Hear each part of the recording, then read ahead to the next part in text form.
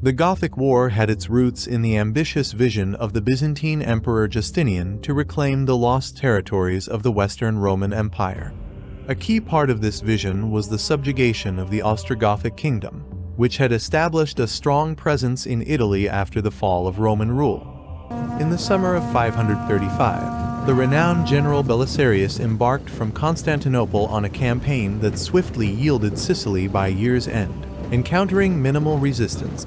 Over the subsequent years, Belisarius secured control over southern Italy, culminating in his entry into Rome by December 536. Initially, the war unfolded favorably for the Byzantines. However, in 539, Emperor Justinian dispatched the eunuch Narses with additional troops to reinforce Belisarius and tasked him with monitoring the general's actions. This infusion of forces and the accompanying atmosphere of suspicion and discord precipitated a series of setbacks for the Byzantine forces. Following the withdrawal of Narses, Belisarius eventually triumphed in capturing Ravenna in 540, marking a critical turning point in the conflict. At a certain point, it seemed as though Italy's recovery was secure. However, Belisarius was called back to command on the Persian front, and under new leadership from Totila, the Goths were able to triumph over the Romans in multiple encounters, regaining a great deal of territory, as well as most of the fortresses and towns lost prior to 540. Even with Belisarius's return to the Italian front in 544, the situation did not improve. Rome was overtaken by the Goths in 546, only to be recovered briefly in 548 before being lost again in 550. Totila expelled the Romans from several more fortresses and began constructing a fleet, which enabled him to occupy Sicily and threaten both Sardinia and, on the opposite side of the peninsula, Dalmatia. Justinian was preoccupied with religious matters, as well as invasions from Huns and Bulgars in the Balkans that threatened Constantinople itself. Nonetheless, events began to turn in favor of the Romans once more in 551. The Gothic fleet was defeated by senior Roman commanders of Ancona, and the general Artabanes recovered Sicily. Meanwhile, despite peaceful overtures from Totila, Justinian dispatched the aged, yet highly capable, General Narses with a substantial force in April 551 to attempt to re-establish the Roman position. Narses landed his troops at Salona, covered by the Roman fleet. His march southwards along the Venetic coast was obstructed by both the Franks, who had taken up much of northern Italy, and the Gothic forces themselves. Nevertheless, Narses was able to advance quickly, and at the end of June 552, he encountered the Gothic army under Totila, who was marching northwards as rapidly as possible, near Taginae, a short distance to the east of the Via Flamini. In 552, General Narses led a formidable army, comprising diverse contingents that collectively numbered a substantial force. This included significant reinforcements from allied troops, notably the Lombard king Audoin's contribution of nearly 6,000 soldiers in support of the Byzantine Empire. Additionally, approximately 4,000 heralds, commanded by Philomuth and Aruth, augmented the regular imperial cavalry and infantry. Furthermore, Narses bolstered his ranks with fresh units recruited from Thrace and Illyrica, alongside a small contingent of Persian cavalry led by a relative of the Persian Great King. Recognizing the imperative of preempting Totila's inevitable offensive to dislodge the Roman presence from Gothic-held territories, Narses opted for a strategic defensive stance. He strategically positioned his forces at a site that controlled a critical local route into the Apennines from the Via Flaminia, situated in the Bono River Valley. This location was fortified by a small hill on the left flank, positioned on slightly elevated ground, and surrounded by rugged terrain, creating formidable obstacles for any Gothic advance. Narses' tactical arrangements underscored the strength of his position. The core of his forces, comprising Lombard, Harel, and Gapid allies totaling approximately 9,000 to 10,000 troops, held the central position. These troops were dismounted and positioned advantageously on a sloping terrain, enhancing their defensive capabilities.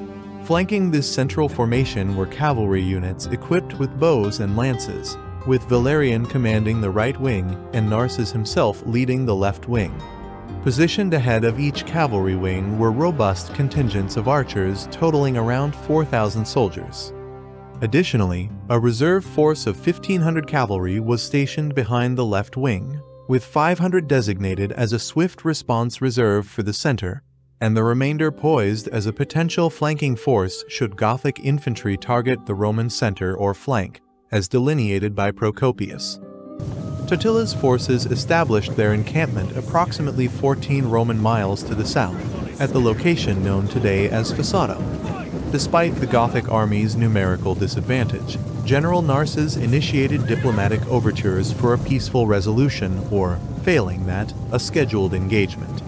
Totila, however, adamantly dismissed any prospect of negotiation and proposed a rendezvous for the decisive confrontation in 8 days' time. Recognizing Totila's stratagem, Narses marshaled his forces into their designated positions. True to expectation, at dawn the following day, reports indicated the Gothic forces advancing towards the Roman lines. Understanding that a narrow track through a gully situated to the left of the Roman line represented the sole avenue for potential flanking, Narses deployed a small but strategically sufficient contingent of around 50 troops to occupy the ravine overnight. The Goths, organizing their forces with infantry at the center and cavalry on the flanks in a manner mirroring the Roman deployment, spent a significant portion of the morning endeavoring to dislodge this entrenched Roman force.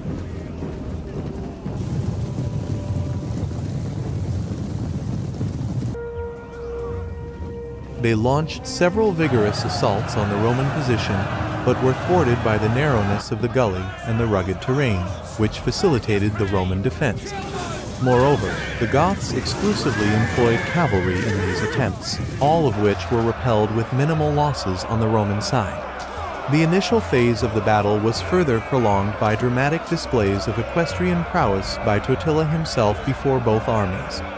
This spectacle culminated in a challenge to single combat issued by a Gothic warrior, resulting in his defeat and demise. Much of these theatrics appeared to serve as a deliberate delay tactic by Totila, as he awaited the arrival of an additional cavalry reinforcements who had been delayed. Around midday, as news of the impending arrival of the Gothic cavalry reached their ranks, the Goths opted to withdraw towards their encampment, marking a temporary halt in the engagement.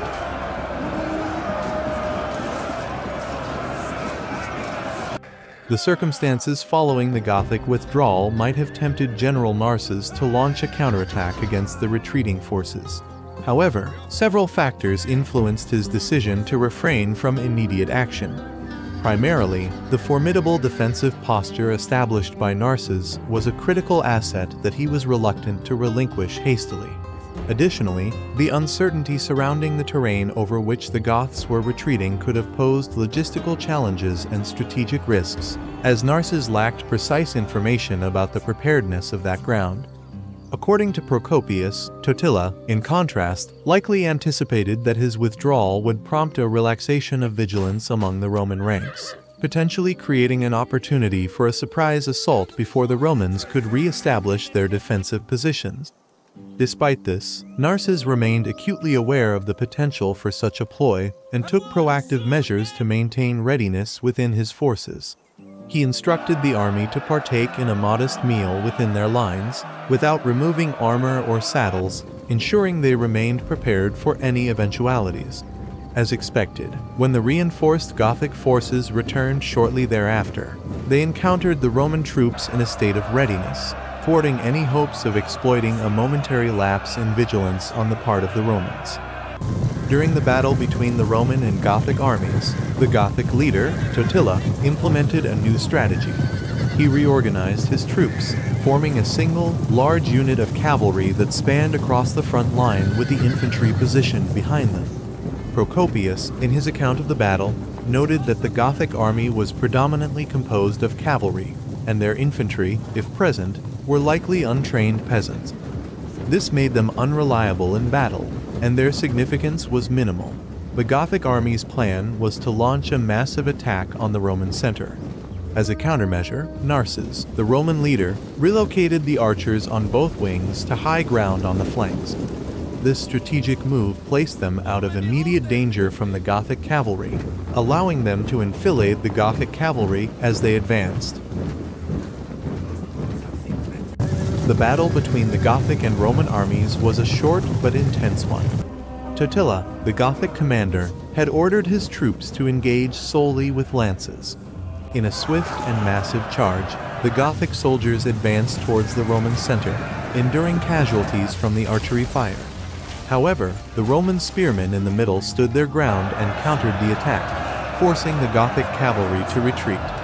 It is uncertain whether the flanking units of cavalry on the Roman left were deployed to determine the outcome of the battle. Nevertheless, the entire Roman line received the order to advance, a unified surge of disciplined warriors pushing against the faltering Gothic ranks. The Goths had little chance to regroup and were unable to withstand the pressure from the Roman advance, causing them to fall into disarray. Instead of retreating to their infantry, the Gothic cavalry ran straight through their own troops, resulting in further casualties and panic. Consequently, the entire Gothic army disintegrated into a chaotic retreat.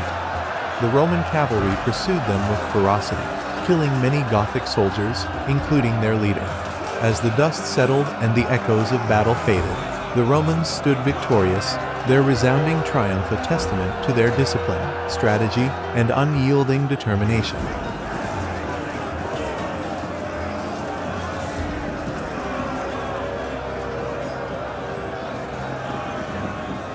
A noteworthy observation from Procopius's account is the remarkable order and discipline exhibited by the Roman forces, despite their diverse composition. This remained a crucial aspect of Roman military operations during the 6th century and even beyond.